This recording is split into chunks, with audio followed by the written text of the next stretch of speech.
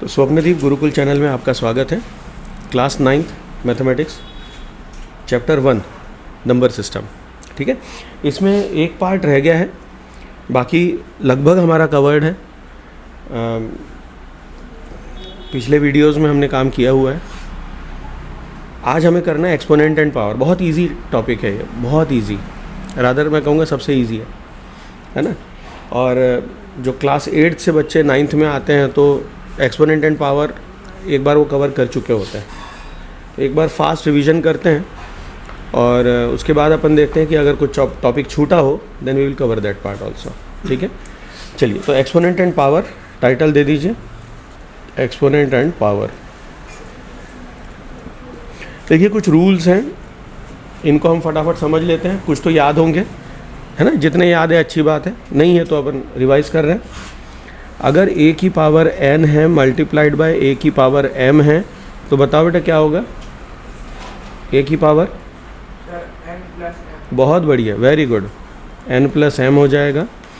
अगर ये डिवीजन में है a to the power n a की पावर m तो क्या हो जाएगा, माइनस हो जाएगा। बिल्कुल ठीक, n माइनस m।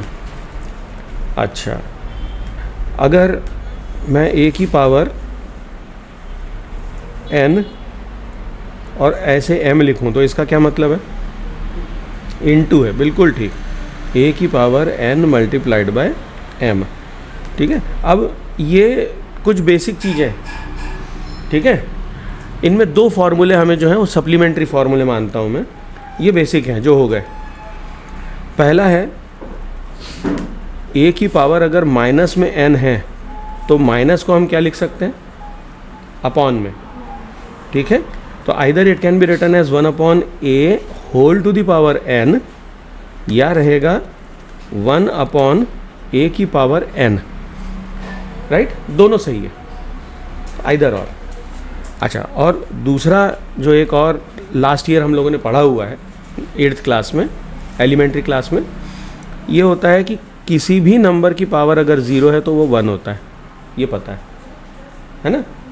अच्छा, अब 9th क्लास के हिसाब से कुछ चीज़ें जो जानकारी होनी चाहिए, ठीक है, वो ये है। ये तो ख़त्म हो गया, इतने नोट कर रहे हैं आप लोग, कर लीजिए। ये बेसिक चीज़ें, ठीक है। अब एक चीज़ होती है जिसको हम अंडरस्टैंडिंग पर्पस के हिसाब से बात करेंगे। तो अब कुछ जो जनरल चीज़ें हमें पता होनी चाहिए, not only by the purpose of class 9th, ये आगे 10th 11th में भी अपने को मालूम होना चाहिए, जानकारी होनी चाहिए। और पढ़ाते समय कहीं बीच में मैंने इसके ऊपर चर्चा की है, लेकिन फिर भी एक बार बता देते हैं। अगर मान लीजिए मैं लिखता हूँ √2 तो इसको हम क्या लिख सकते हैं एक्सपोनेंट के फॉर्म में, कोई बता सकता है? हाँ बोले, बताइए। बहुत बड़ी, हाँ नहीं रे बेटा, हंसना नहीं है क्लास में। हाँ, गलती किसी से भी हो सकती है। नहीं, यहाँ पावर में माइनस नहीं है ना, तो आप शायद रैशनलाइजेशन ऑफ डिनोमिनेटर वाला फंडा कुछ मन में आ रहा है, ऐसा कुछ है क्या? नहीं, वो अभी नहीं करेंगे। ओके, तो अभी एक्सपोनेंट की फॉर्म में देखिए, मैंने क्या बोला, एक्सपोनेंट की फॉर्म में क्या लिखेंगे। तो क्वेश्चन के शब्दों की तरफ भी आपको ध्यान देना है कि क्वेश्चन क्या कह रहा है, क्वेश्चन की डिमांड क्या है। ठीक है, तो 2 की पावर 1/2 लिखते हैं, इसलिए 1/√2 या 1/2 ऐसा कुछ मुझे साउंड और मैंने कहा ठीक है ना। तो इसको क्या लिखेंगे, 2 की पावर 1/2, और ये रूट है। इसी तरह से अगर क्यूब रूट है तो cube root of 2 can be written as 2 की पावर 1/3। ये जनरल नॉलेज, ठीक है, इस पर क्वेश्चंस नहीं आएंगे, ये मालूम होना चाहिए। ठीक है, ओके। तो ये कुछ चीज़ें हैं जो डिस्कस करनी थी, और इसके ऊपर अब बेस्ड कुछ क्वेश्चन अगर आप लोग करना चाहें, क्वेश्चंस हैं आपके पास? ओके, तो अगर हम एनसीईआरटी देखें तो एनसीईआरटी में एक्सरसाइज 1.5 ये एक्सपोनेंट एंड पावर इसी की है। बुक लाएं आप, वेरी गुड। तो आप ओपन कर लीजिए बुक, पेज नंबर 23। ठीक है, इसमें कुछ क्वेश्चंस हैं। पहला क्वेश्चन आता है, बहुत सिंपल है, 64 की पावर 1/2। क्वेश्चन ने कहा है फाइंड वैल्यू ऑफ,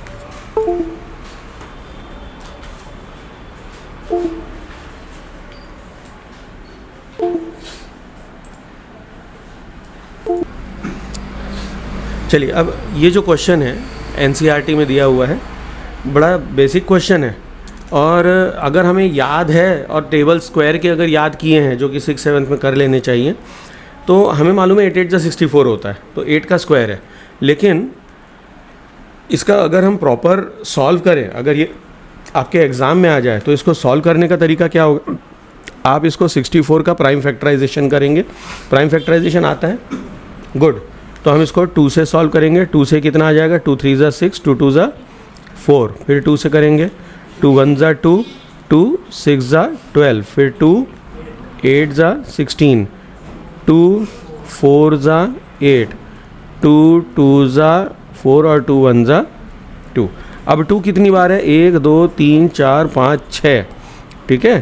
तो अब हम क्या लिख दें यहाँ पर, इज़ इक्वल टू 2 की पावर 6 होल की power 1/2। This is right method to solve. Okay, फिर क्या करेंगे, हम एक्सपोनेंट एंड पावर का फॉर्मूला का यूज़ करेंगे। 2 की पावर 6/2 हो गया। Finally this can be written as, implies that करते चलें, इम्प्लाइज दैट 2 की पावर 6/2, तो 2 1 ज़ा 2, 2 3 ज़ा 6, तो यहाँ 3 आ गया। अब 2 का क्यूब क्या होता है, अब आप डायरेक्ट 8 लिख सकते हैं या 2 × 2 × 2 पहले लिख लो, 2 × 2 × 2 and finally it is equal to 8। ऐसे 8 आता है, ये पूरा सिस्टम है, ठीक है। चलिए एनसीईआरटी का एक और क्वेश्चन कर लें, दे दूँ क्वेश्चन एक और, है ना, नोट कर रहे हो, कर लो। मुझे क्या लगता है मालूम, अगर आपको समझ में आ गया है तो नोट ना किया करें, आप खुद से सॉल्व करके उसमें लिखने का प्रयास करें एंड ट्राई टू वेरीफाई जो आपने लिखा हो वो सब बोर्ड पे लिखा है कि नहीं। ये मैथ्स को लिखने का सही तरीका होगा। पहले आप जब टीचर समझा रहे हैं तो आप पूरा बोर्ड की तरफ ध्यान देंगे, समझेंगे, ठीक है। और जब समझ में आ जाए आपको और लिखना है तो फिर आप फटाफट फटाफट लिखना शुरू कर दिया, तब नीचे ही नीचे देखना है क्योंकि समझ में आ चुका है, ठीक है। तो इससे क्या होगा, आपका कॉन्फिडेंस जो है वो बिल्ड होगा। ओके, और फिर जब आपने पूरा लिख लिया, आंसर आ गया, सब सही है, तो एक बार वेरीफाई कर लिया कॉपी में और बोर्ड में सही है, ठीक है। ओके, चलिए एक क्वेश्चन और एनसीईआरटी का। क्वेश्चन कहता है 32 power 1/5। NCERT exercise 1.5 question number 1 का सेकंड क्वेश्चन है। आंसर आ गया, बढ़िया, गुड।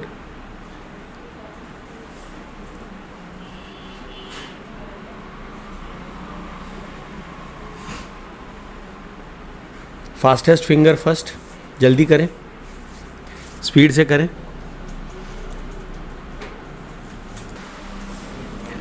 ओके, तो क्लास में आंसर्स आ गए हैं, अब इसको सॉल्व करते हैं। मेथड क्या होगा, वही सेम।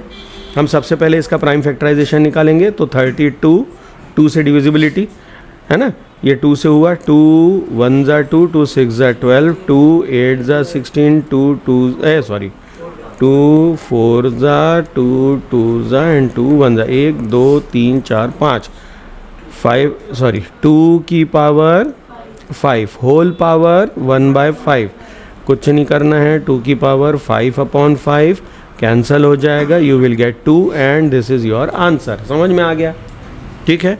अब इसका जो लास्ट क्वेश्चन है, इसी क्वेश्चन का ये मैं आपके लिए होमवर्क छोड़ रहा हूँ, ठीक है। 125 का क्यूब रूट है, 125 का क्यूब रूट है, ये होमवर्क रहेगा, ठीक है। अभी नेक्स्ट क्वेश्चन जो है इसमें वो कहता है 9 की पावर 3/2, इसको भी फाइंड करना, मतलब इसका आंसर बताना है। 9 की पावर 3/2 फाइंड, क्वेश्चन क्या है, फाइंड, मतलब आपको वैल्यू बतानी है इसकी, इसका फाइनल आंसर आएगा, ठीक है। चलिए सॉल्व करके बताइए, एक्सपोनेंट एंड पावर का पूरा इस्तेमाल करना है, जल्दी से करें। ओके, अब इसका आंसर कैसे आएगा वो देख लेते हैं। फिर से वही बात कि हम 9 का प्राइम फैक्टराइजेशन करेंगे। अब चूंकि हमें मालूम है कि 3 3 ज़ा 9 होता है, इससे आगे वो होगा नहीं, इसलिए मैं इस समय प्राइम फैक्टराइजेशन नहीं कर रहा हूँ, ठीक है। तो यहाँ आ गया क्या, इम्प्लाइज दैट 3 की पावर 2, ये हो गया 9, ये क्या हो गया 9। अब जो बचा है वो लिखेंगे that is 3/2 which is finally what 3 की पावर 2 × 3/2। लिखने का तरीका देख लीजिए कैसा है, ठीक है। आप एक एक लाइन छोड़कर, देखिए मैंने जानबूझ के रूल्ड शीट ली है जिस पर मैं आपको एक्सप्लेन कर सकूं। तो हैंडराइटिंग की तरफ आप लोग भी ध्यान देंगे, कैसे प्रेजेंट करना है उसकी तरफ ध्यान देंगे, ठीक है। प्रेजेंटेशन अभी काफ़ी गड़बड़ हो रहा है, आप लोगों की जो होमवर्क कॉपीज़ में चेक कर रहा हूँ उसमें मुझे पता लग रहा है, तो ऐसा ना हो। फिर आया 3 की पावर 3, जिसको हम क्या लिख सकते हैं, आप नीचे लिख सकते हैं, है ना, मैं स्क्रॉल कर सकता हूँ but let it be here. 3 × 3 × 3, final answer क्या आएगा, 3 3 9, 9 3 27। अब क्लास में कितनों का आया, गुड गुड गुड, अरे क्या बात है, सबका सही है। तो मुझे लगता है कि जो बच्चे रिकॉर्डिंग देख रहे हैं, जो वीडियो देख रहे हैं, उनका भी सही आंसर आया होगा। कॉपी पेन लेकर आपको सॉल्व करना है, जो बच्चे वीडियो देख रहे हैं। चलिए अब आगे इस टाइप के क्वेश्चंस हैं, तो NCERT थोड़ा सा आप देखें और बताएं मुझे कि ये वाला क्वेश्चन बन जाएगा, क्वेश्चन नंबर 2, जो ऑफलाइन बच्चे बैठे हैं। अब एक क्वेश्चन में सिंप्लीफाई, ये थर्ड क्वेश्चन है, थर्ड वेराइटी, उसको कवर करते हैं। क्वेश्चन कहता है सिंप्लीफाई,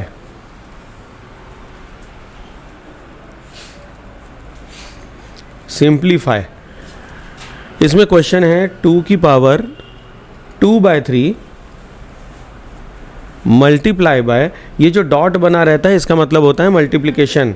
जो मैं 9th में नए बच्चे आते हैं, 9th क्लास, थोड़ी सी दिक्कत आप लोगों को होती है ना, कभी कभी समझ में नहीं आता डॉट का मतलब क्या है, आपको डेसिमल पता रहता है। तो दिस इज़ मल्टीप्लिकेशन, इसको सॉल्व करना है, सिंप्लीफाई करना है। कैसे करेंगे, एक्सपोनेंट एंड पावर के रूल्स इस्तेमाल करेंगे, ठीक है। बता दें ये वाला,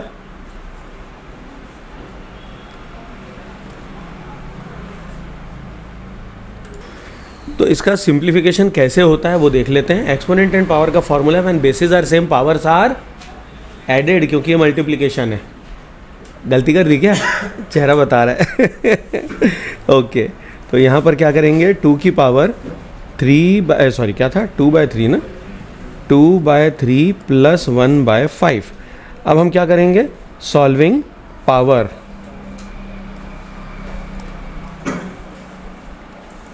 एक्सपोनेंट को हम सॉल्व कर लेते हैं। 2/3 + 1/5, LCM कितना आ जाएगा, 3 5 15।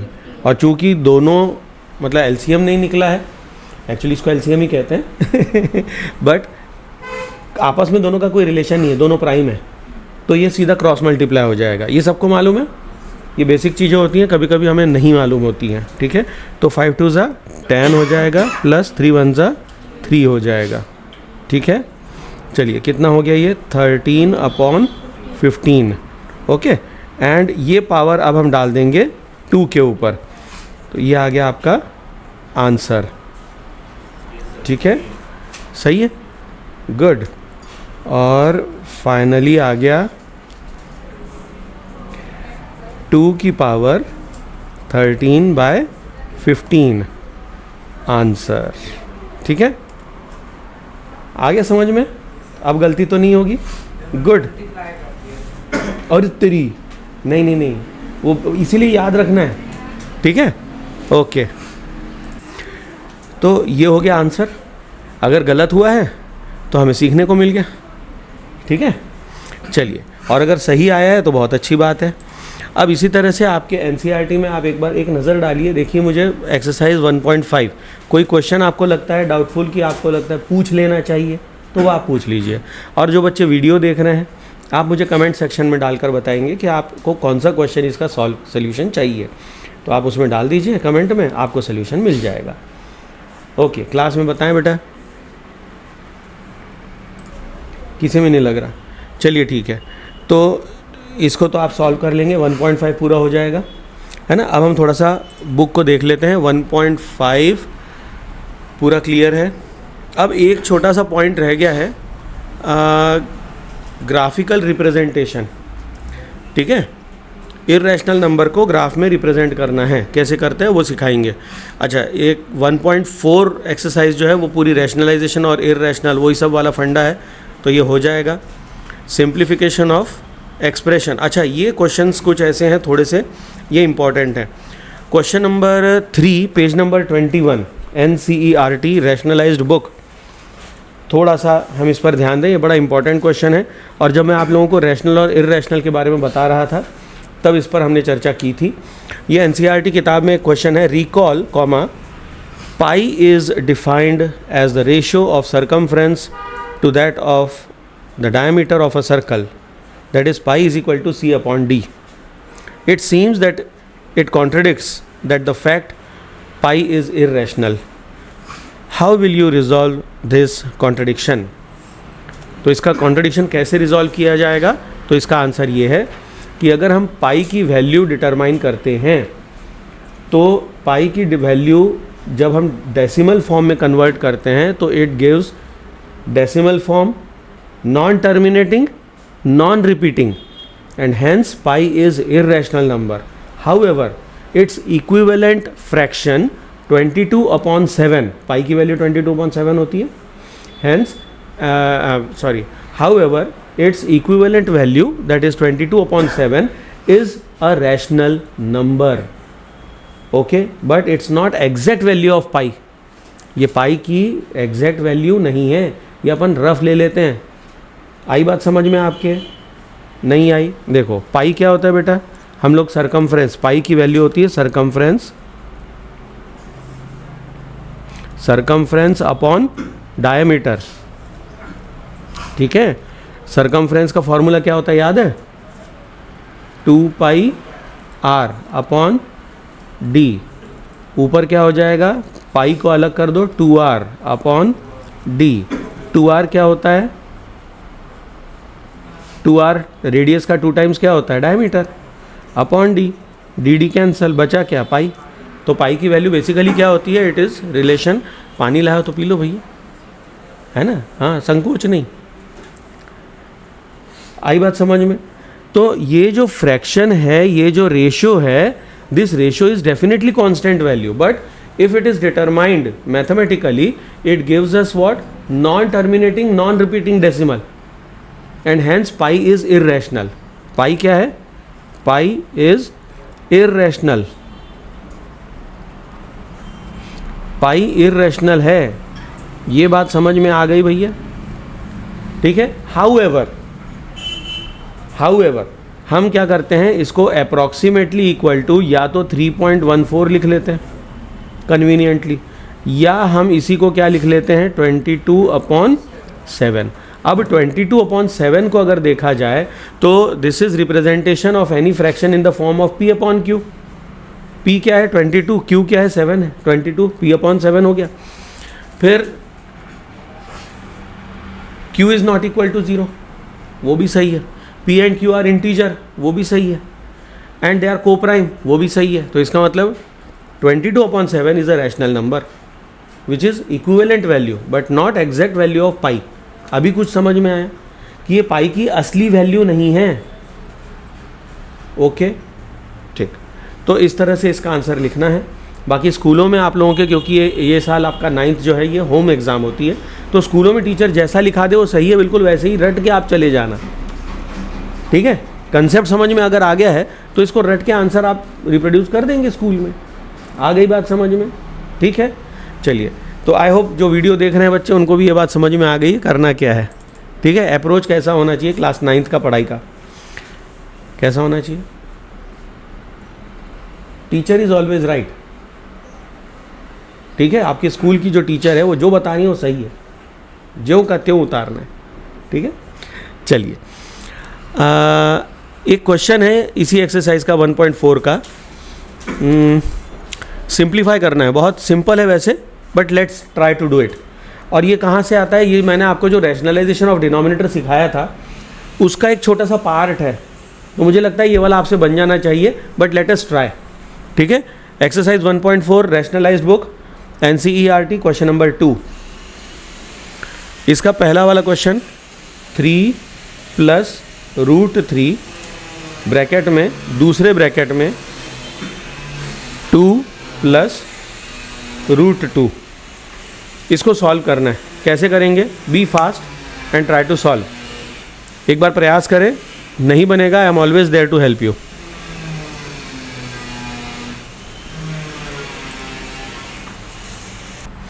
ओके, तो क्लास में कुछ बच्चों ने सॉल्व किया, आंसर आया, कुछ बच्चों ने सॉल्व ही नहीं किया, डर के मारे कि सही आंसर आएगा या गलत आएगा।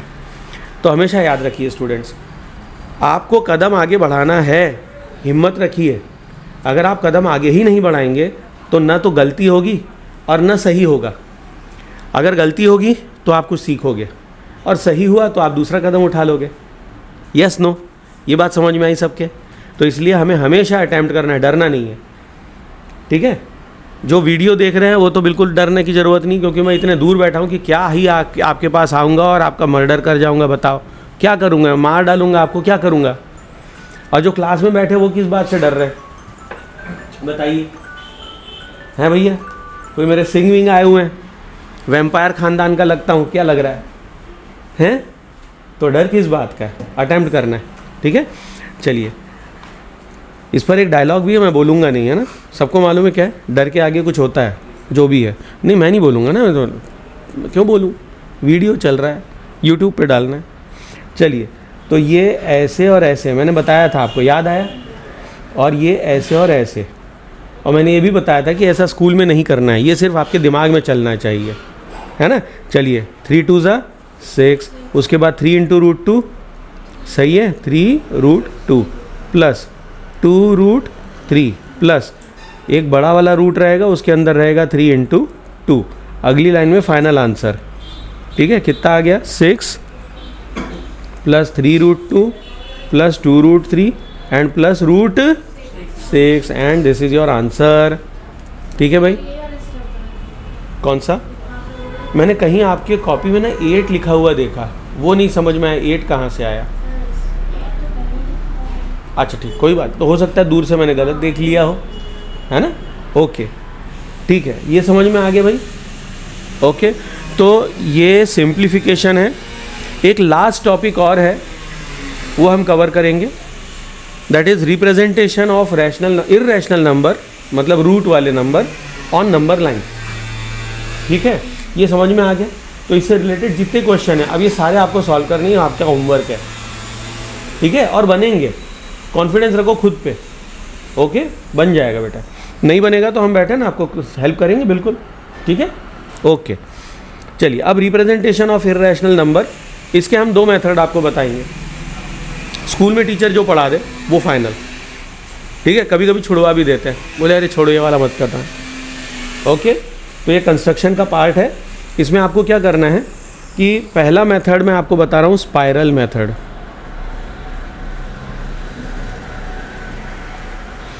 हम स्पाइरल मेथड कर क्यों रहे हैं? हमारा पर्पज़ है √2, √3, √4, √5, √6, √7। आप कहेंगे सर √4 नहीं होता है, आप गलत बोल गए। अरे मैंने जानबूझ के बोला है भैया, और ज़रूरी है बोलना। स्पाइरल मेथड में ये सब आएंगे। अब √4 का मतलब होता है 2, √4 क्या होता है? स्क्वायर, भाई परफेक्ट स्क्वायर है वो, तो उसका मतलब होता है 2, पर ठीक है ना। तो √2, √3, √4, √5, √6, √7 dot dot dot dot dot dot, इनको स्पाइरल मेथड से हम नापेंगे और नाप करके इनको नंबर लाइन पर ड्रॉ करेंगे। पूरी कंसेप्ट समझ में करना क्या है? स्कूल में कवर हुआ है? नहीं हुआ है? स्कूल में आज चालू हुआ है? अरे वाह, मतलब अभी अपन आगे हैं स्कूल से, है ना, बहुत बढ़िया। चलिए देखिए, करना क्या है, आपको 1 यूनिट का लाइन बनानी है, 1 यूनिट की। अब 1 यूनिट मैंने शब्द बोला, उसका मतलब क्या है? या तो आप 1 सेंटीमीटर लेंगे या 1 इंच लेंगे, डिपेंडिंग अपॉन आपके टीचर ने आपको क्या सिखाया, ठीक है, बट 1 यूनिट लेनी है, ठीक है। मैं क्या करता हूँ, अब चूँकि मैं अपने स्केल से काम कर रहा हूँ और आप अपने मॉनिटर पे देखेंगे, या तो लैपटॉप पे देखेंगे, कंप्यूटर पे देखेंगे, पीसी पे या मोबाइल पे देखेंगे, तो नाप बोलना बेकार है। I will just say 1 unit, ठीक है। तो मैंने ले लिया 1 यूनिट, ओके। इसका 1 यूनिट परपेंडिकुलर भी बनाना है, okay. I have taken 1 unit perpendicular. अब ये 1 यूनिट बेस है, 1 यूनिट परपेंडिकुलर है, ठीक है। 1 and 1 हमारा पहला काम है √2 बनाना, √2 से शुरू होगा, ठीक है। तो इसका जैसे ही हम हाइपोटेन्यूज बनाएंगे, ये एक राइट एंगल्ड ट्राइंगल बनाया हमने, ये 90 डिग्री है, ठीक है। This is 1 unit, this is 1 unit and this is √2। अब नेक्स्ट काम क्या करना है, आप कॉपी को गोल घुमाएंगे, कॉपी को घुमाएंगे, नहीं नहीं ऐसा नहीं, समझो, और 90 डिग्री पे आपको फिर से बनाना है वही 1 यूनिट, 90 डिग्री पे 1 यूनिट बनाना है ऐसे। अभी समझ में आया क्या किया मैंने? ये 90 डिग्री है, कॉपी को थोड़ा सा घुमा लिया और फिर 90 डिग्री बना दिया। उसके लिए आप अपना प्रोटेक्टर यूज़ कर सकते हैं, ओके। कुछ लोग चांदा वांदा कह लेते हैं उसको, तो जो भी नाम लेना हो प्रोटेक्टर कहते हैं, ठीक है। अच्छा, और कितनी यूनिट लेनी है? जस्ट 1। अब इसको जब आप जोड़ देंगे, फिर से इसका हाइपोटेन्यूज बनाएंगे और ये बन गया आपका √3। अब फिर से आप अपनी कॉपी को घुमाएंगे, फिर से 90 डिग्री पर आप 1 यूनिट और ऊपर खींचेंगे, ठीक है। फिर इसको जोड़ देंगे, ये क्या बना? √4। कितना बना? √4। फिर आप अपनी कॉपी को घुमाएंगे और फिर से आप बनाएंगे 1 यूनिट 90 डिग्री,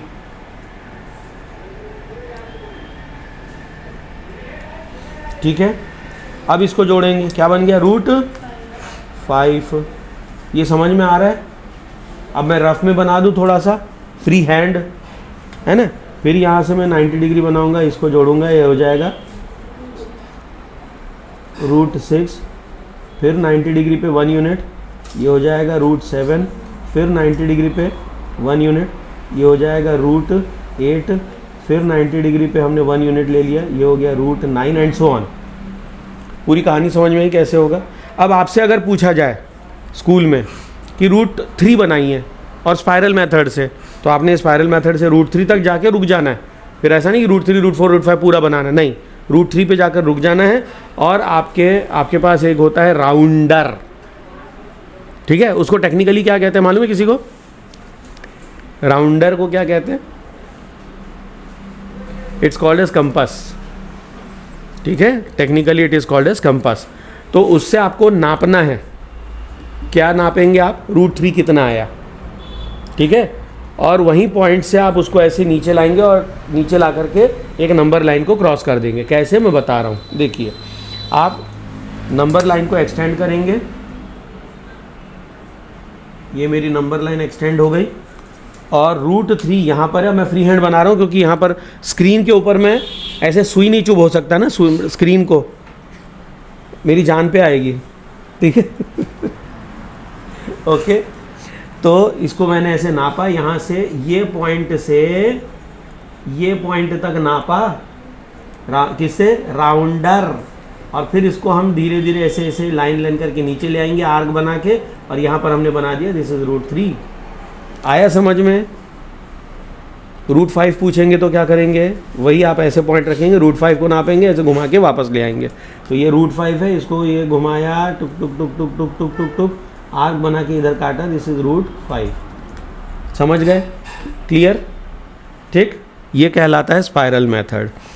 लास्ट मेथड वो पाइथागोरस कंसेप्ट है, ठीक है, पाइथागोरन कंसेप्ट। अब कैसे है? तो ये काम आता है जनरली √5 के लिए, क्योंकि एग्जाम में या तो √3 आता है या √5 आता है, √2 आता है या √5 आता है। √3 जनरली नहीं पूछते हैं, ठीक है, जनरली नहीं पूछते हैं। पूछा ही लिया, नसीब खराब रहा तो भगवान मालिक है, फिर कर लो, है ना, प्रैक्टिस कर लेना। नहीं तो आप कहोगे संदीप सर ने कहा था ये नहीं आता है, कैसे आ गया, क्लेम कर दोगे, है ना। तो बिल्कुल नहीं मानेंगे हम, हमने कह दिया था कुछ भी आ सकता है, तैयारी रखो। लेकिन जनरली क्या आता है? मैंने शब्द क्या बोला? जनरली। अब √2 तो बहुत आसान है। √2 के लिए आप क्या करेंगे? अगर मैं आपको बता रहा हूँ पाइथागोरस कंसेप्ट, आप एक लाइन बनाएंगे जो कि 1 यूनिट होगी, ये मैंने अंदाज से 1 यूनिट बनाई, और फिर 1 यूनिट मैं ऐसे बनाऊंगा, ठीक है। दोनों क्या है? 1 यूनिट। ये 1 सेंटीमीटर हो सकते हैं, 1 इंचेस हो सकते हैं, या 2 इंचेस भी हो सकते हैं, दैट डिपेंड्स आप कैसे दिखाना चाह रहे हैं, ठीक है। और इसका हाइपोटेन्यूज बनाया, बस इसको नाप लेना है और फाइनली आपको इसको नीचे गिरा देना है, ठीक है। राउंडर लिया, यहाँ पर मैंने सुई रखी, सुई है ना, और यहाँ से पेंसिल से इसको मार्क लगा के हम ऐसे नीचे लाएंगे और यहाँ ड्रॉप कर देंगे, this is √2, this is 1 unit, 1 unit, okay, and compulsory 90 degree. ये बात समझ में आई? पाइथागोरस कंसेप्ट कौन सा? अरे वो प्रोटेक्टर से बना लो ना डायरेक्ट, ठीक है। वो 90 डिग्री बनाने वाला फंडा अब ख़त्म हो गया। पहले जब कंस्ट्रक्शन था अपने कोर्स में तब बताया जाता था, टीचर बताया करते थे। अच्छा, आप लोग को बताया था, फिर अच्छी बात है, गुड। ले, ये तो मरण है। मतलब कंस्ट्रक्शन हटाया तो क्या मतलब है ना। एनसीईआरटी ने कंस्ट्रक्शन चैप्टर एक था वो हटा दिया, तो इसलिए फिर अब हम इसको प्रोटेक्टर से बता देते, तो परपेंडिकुलर बनाने की ज़रूरत नहीं है। अच्छा, पूरा कंस्ट्रक्शन ही बनाया, ओके ओके। अगर स्कूल में आपको परपेंडिकुलर बनाकर बताया जाता है तो मैं आपको समझा देता हूँ परपेंडिकुलर कैसे बनाया जाता है, ठीक है। देखिए, अब समझा रहा हूँ परपेंडिकुलर बनाना, ओके। देखिए परपेंडिकुलर कैसे बनाएंगे, सबसे इजी पार्ट है भैया, ये हमने एक लाइन बनाई, मान लीजिए इस पॉइंट पे मुझे परपेंडिकुलर बनाना है, ठीक है। ओके, तो हम परपेंडिकुलर बनाना सीख रहे थे। एक हमने स्ट्रेट लाइन बनाई, जिस पॉइंट पर हमें परपेंडिकुलर बनाना वहाँ पॉइंट बना लिया। अब आपने ले लिया राउंडर, ठीक है। अब मान लीजिए ऐसा राउंडर है, यहाँ सुई है, इधर पेंसिल है, तो ये वाला पॉइंट कहाँ रखेंगे, पॉइंट पर एक, और ऐसा पूरा आर्क घुमाएंगे, कितना, सेमी सर्कल, ठीक है। ऐसा पूरा सेमी सर्कल बना लेंगे। अभी वहीं बैठ जाओ बेटा आप, है ना, फिर आगे आ जाना। तो अब मैं यहाँ फ्री हैंड बनाऊँगा क्योंकि यहाँ पर मैं, समझ गया आप, हाँ। तो यहाँ पर मैंने रखी सुई, ओके, और ये एक ऐसा सेमी सर्कल बना लिया। भावनाओं को समझो, गलत बन सकता है, फ्री हैंड बना रहा हूँ भाई। उसके बाद आप रेडियस या तो सेम रखें या अलग कर लें, उससे कोई फ़र्क नहीं पड़ता, ठीक है। अलग अलग टीचर्स अलग अलग प्रकार से बताते हैं, ठीक है। तो अभी मैं जो आपको बता रहा हूँ उसमें क्या बता रहा हूँ, अब आपको आर्क चेंज करना है, रेडियस तो कर लो, ठीक है।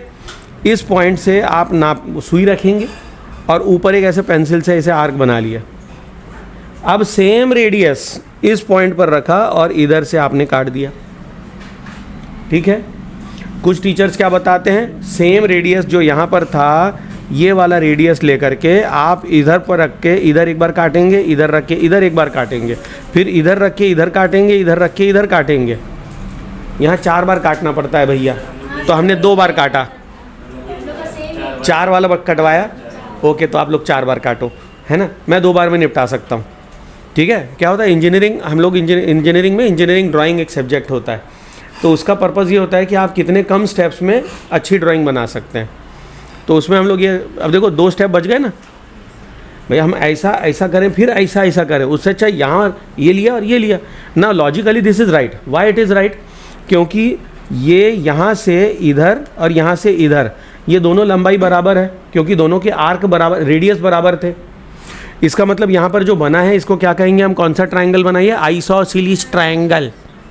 आइसोसेलेस ट्राइंगल बना, नहीं बना, ठीक है। अब आइसोसेलेस ट्राइंगल का जो मिड पॉइंट होता है उस पर अगर मैं इसके टिप से, मतलब इसके वर्टाइसेस से अगर मैं एक लाइन खींचता हूँ तो वो कैसी होती है, परपेंडिकुलर।